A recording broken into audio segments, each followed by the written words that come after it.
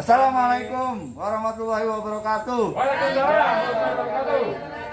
Kami segenap keluarga besar Bapak Ridam bin Kitam mengucapkan minal aidin wal faizin, mohon maaf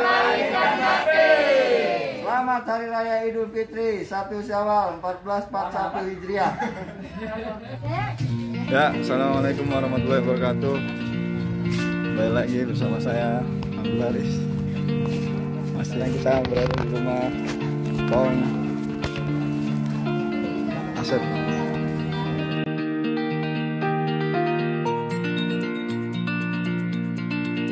Gimana ya Lebaran di tengah pandemi COVID? Ya, beginilah dilema.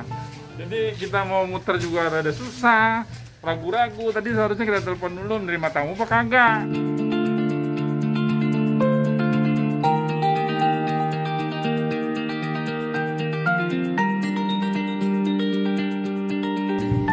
Kita lanjut ke rumah Kong Murdani.